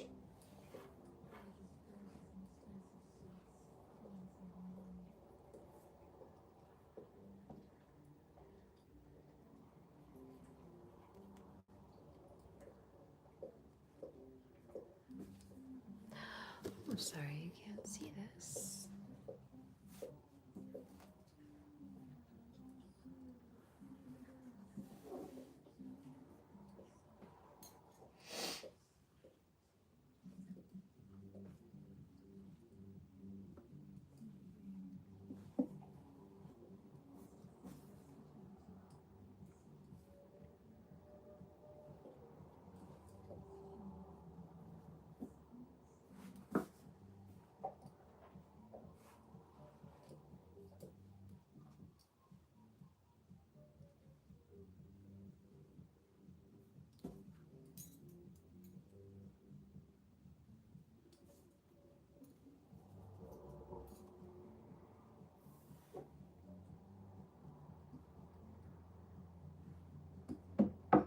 Oh my gosh, this is looking so fun. I love it already.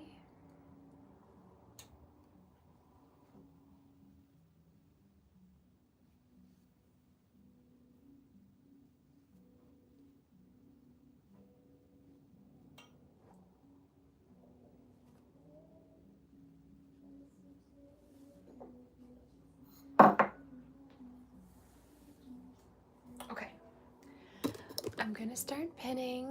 Hi, welcome if you're just joining. I'm working on upcycling a pair of overalls. I almost said overcycling a pair of upperalls. So I'm just laying out the patchwork and then I'm gonna stitch everything down.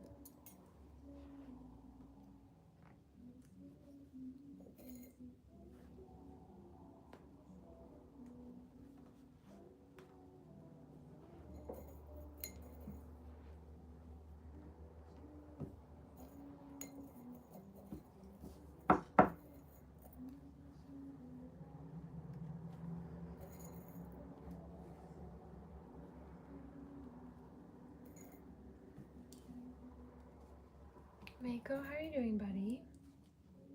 Being a good friend, being very patient, being a very good friend.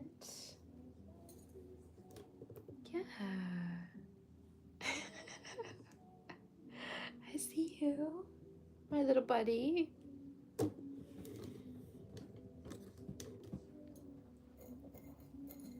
You're very good company. Thank you. I know it's almost dinner time.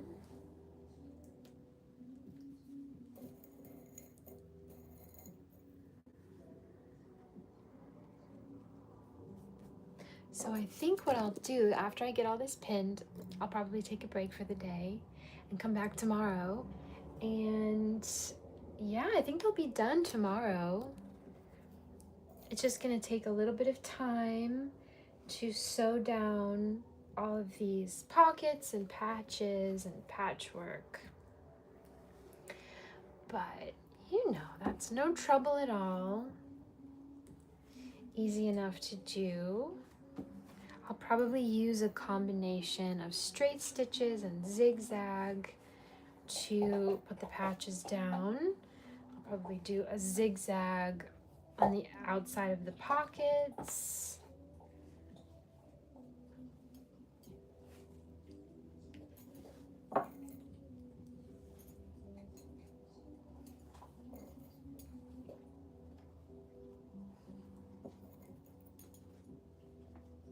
And we're gonna start losing the light soon.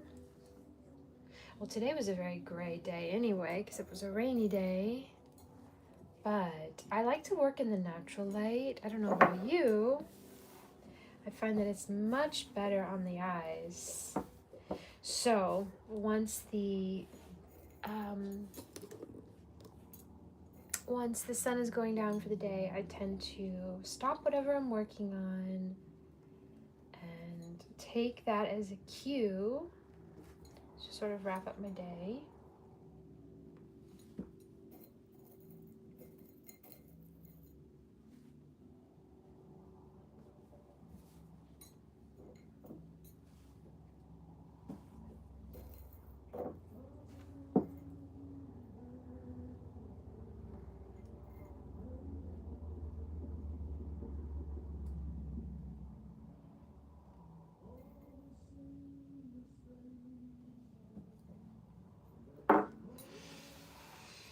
This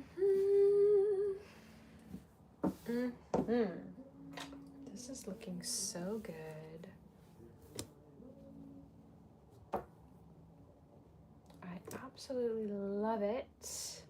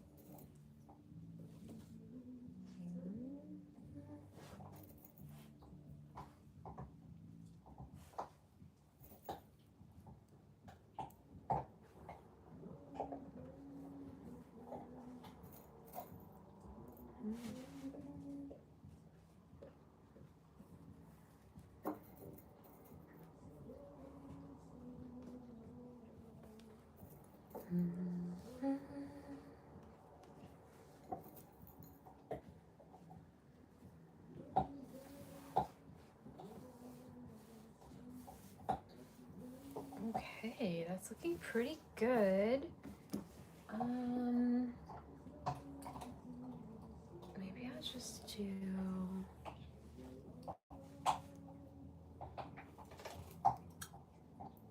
a bit of this.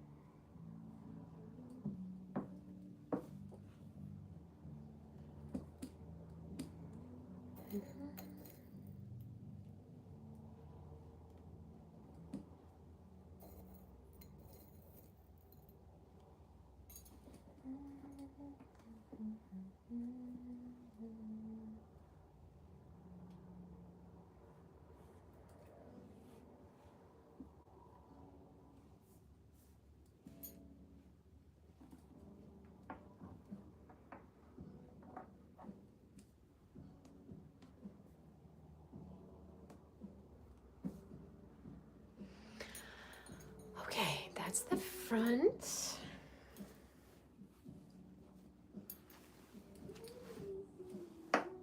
We could always add more, but I think that's a really good start. So now let's think about the back. Okay.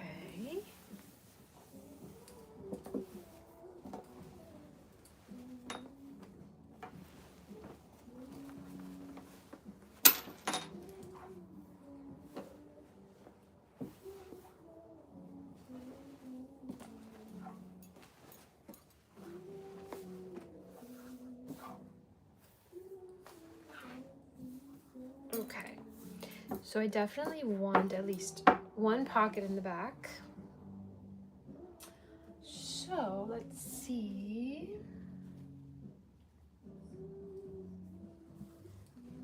I think this fabric could be a good candidate.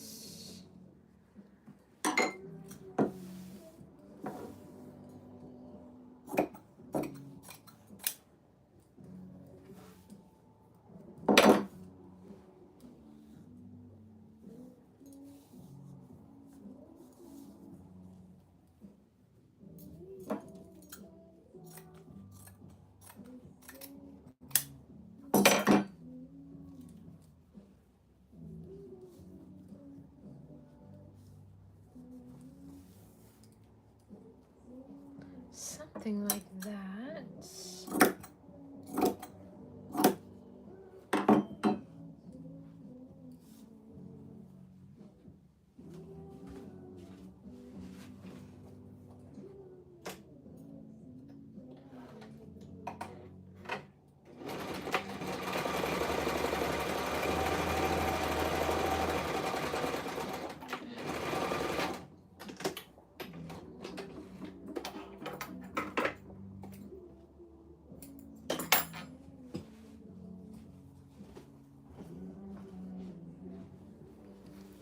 Just folded down the edge for the pocket, and I'll leave that exposed.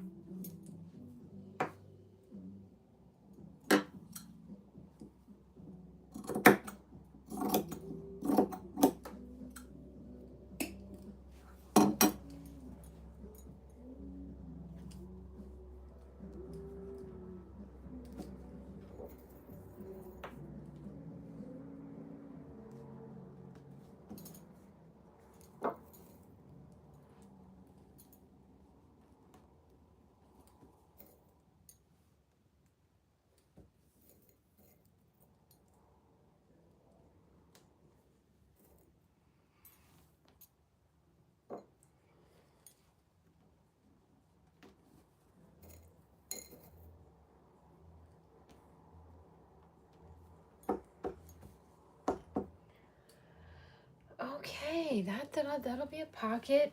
Maybe there'll be no pocket there, because this is a really nice area of the ice dye.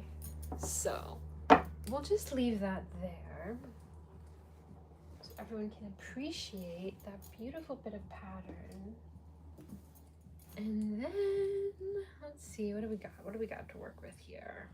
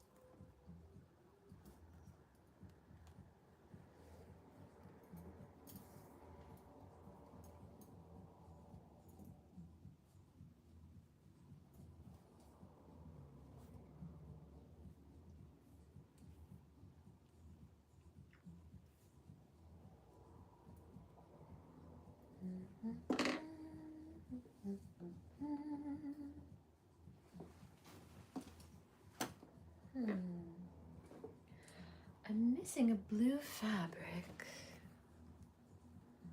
Where did it go? Aha!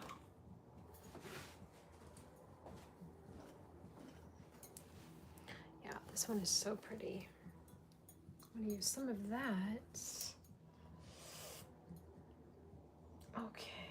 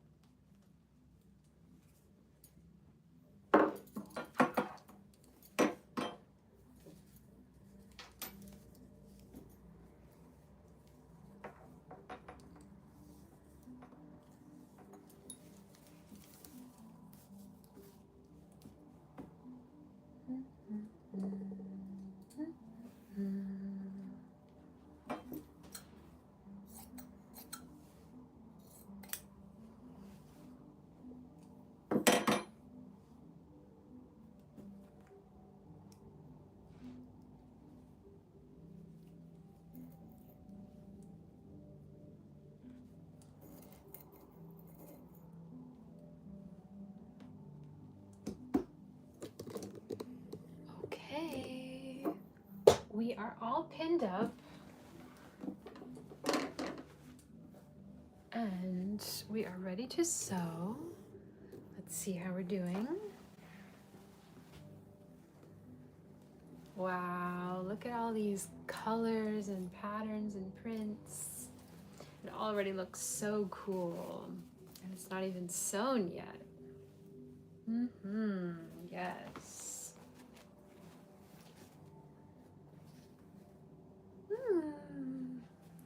It's like a wall of art. Actually, this reminds me of like those cyanotypes where you use the alchemy of the sun, right, to get the impression of the plants. Kind of like almost like a photographic technology.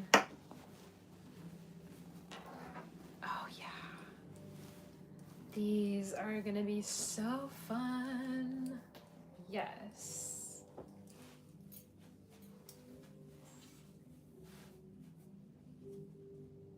Mm-hmm. So we got a patch pocket. Patch pocket. Yes. Okay. A little harder to see the back right now while it's in this current state, but let's see. Let's see if we can get it together here. Oh yes. That is looking so cool.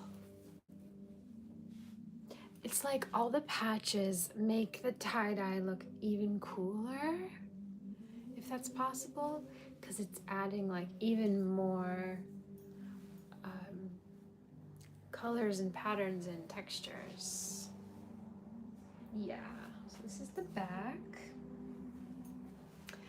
And you know, I mean, I may keep adding patches, but this is the first round that I'm gonna be stitching down, and I'm already like so freaking happy with this. I love it. I'm obsessed.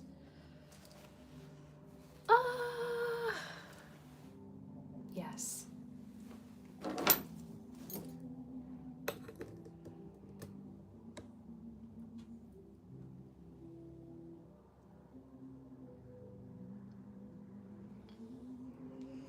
Okay, so I think this is a really good stopping point because I'm just now going to be stitching these down. So you're not going to miss anything. And then I will get back on tomorrow and show you the rest. I'm going to try them on. I'm going to pin the sides for what I think would be a good fit. And then wash them and dry them and let you see that. And yes, and maybe tomorrow I'll also show you that sample garment that I was telling you about that's currently in the dryer, and I'm sure it's done by now, but that will be a good example of what something looks like when it comes out of the washer and dryer, and how I give it a haircut to create the fraying effect, but like frayed on purpose, not just frayed messy. So we'll do all that tomorrow, and tomorrow's a new day, so you're welcome to come back and join me in my Elfin Workshop for another day of play. I'll be here. Thank you so much for joining. I'll see you tomorrow.